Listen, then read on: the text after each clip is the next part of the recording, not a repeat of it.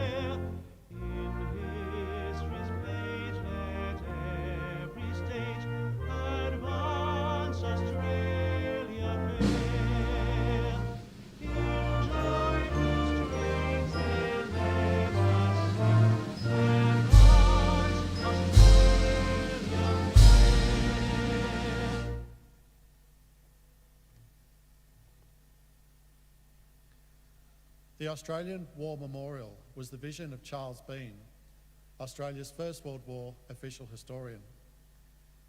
Bean landed with the Australian troops on Gallipoli and stayed with them at the front through to the end of the war.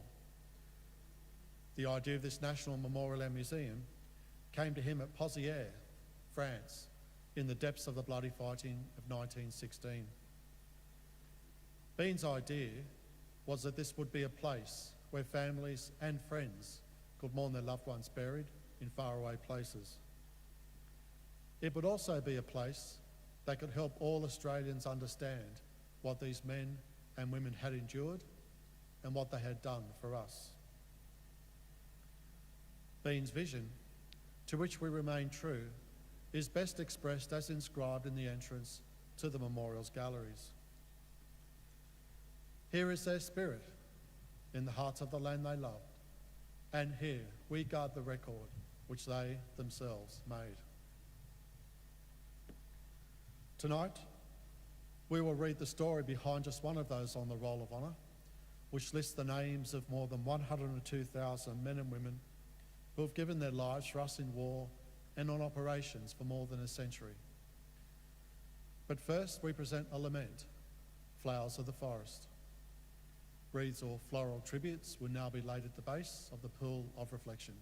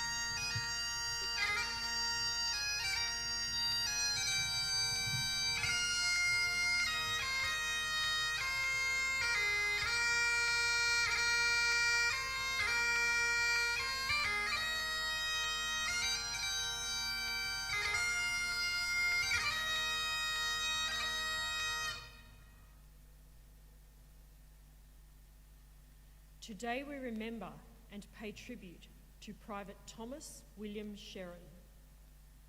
Thomas Sherrin was born on the 22nd of January 1908 to Thomas and Sarah Sherrin of Richmond, Surrey in England. His earliest years were spent in England, where his father worked on the staff of the South Kensington Museum of Natural History as a taxidermist. In 1922, the family came to Australia, and by the following year had established a boot shop in Berrima. Within the year, however, the shop was destroyed in a fire, and because the insurance was inadequate, the family moved to Tumut. There, Thomas, his father, and his brother Robert formed a mining syndicate, establishing an alluvial claim at Argalong that they worked with experimental mechanised methods. Thomas and Robert both enlisted in the 2nd Australian Imperial Force in November of 1939. By this time, they had left the mining venture and Thomas was living in Bowral. He was posted to the 2nd 3rd Battalion and left Australia for active service overseas with the 1st Contingent. The 2nd 3rd Battalion arrived in Egypt on the 14th of February 1940 and continued training in the deserts of Egypt and Palestine. It was nearly a year before the battalion became engaged in its first campaign, when it swung into action against the Italian advance in eastern Libya. On the 3rd of January 1941, the 2nd 3rd Battalion was part of the force that attacked the Italian fortress of Bardia. Assisted by air support and naval gunfire, and with a heavy artillery barrage, the infantry captured all of their objectives in a little over 2 days, together with some 8,000 prisoners of war.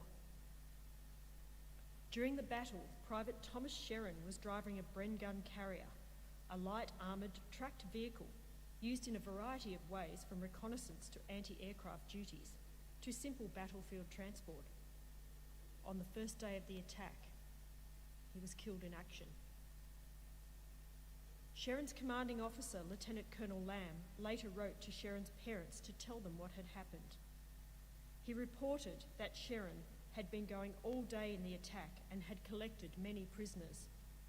It was late in the afternoon and the attack for the day had just about finished.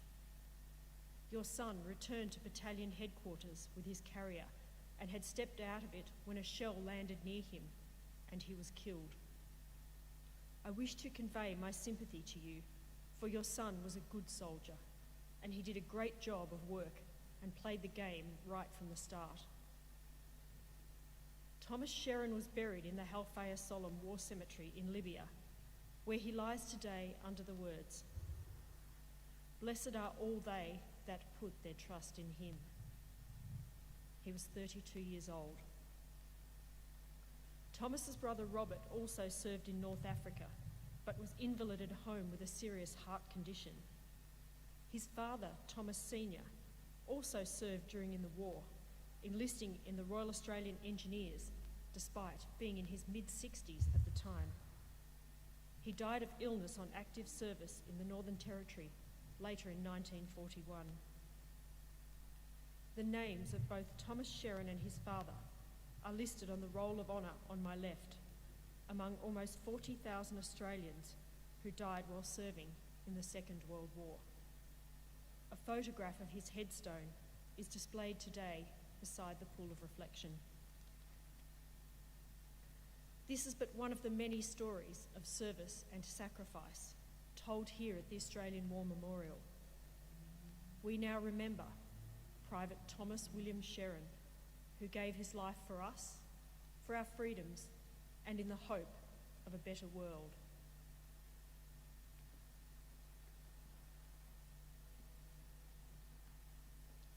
Please stand for the ode and the sounding of the last post.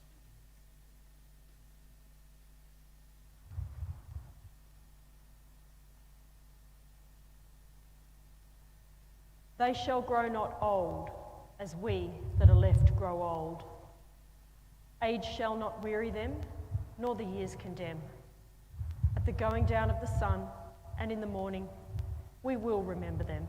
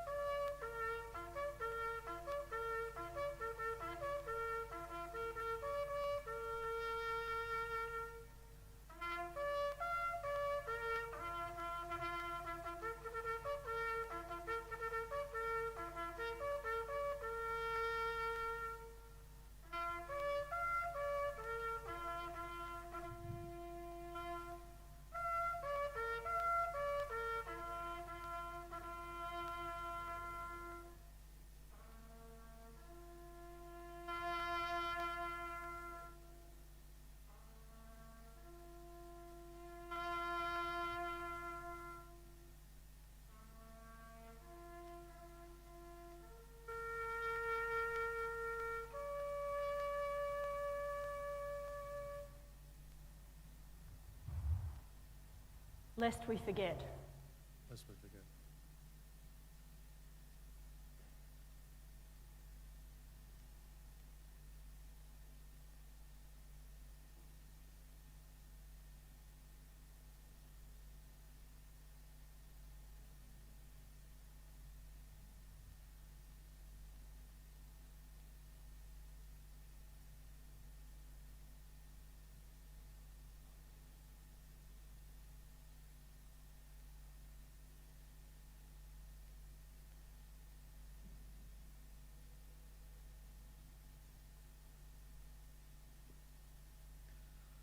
We leave you this evening with the words of the memorial's founder, Charles Bean.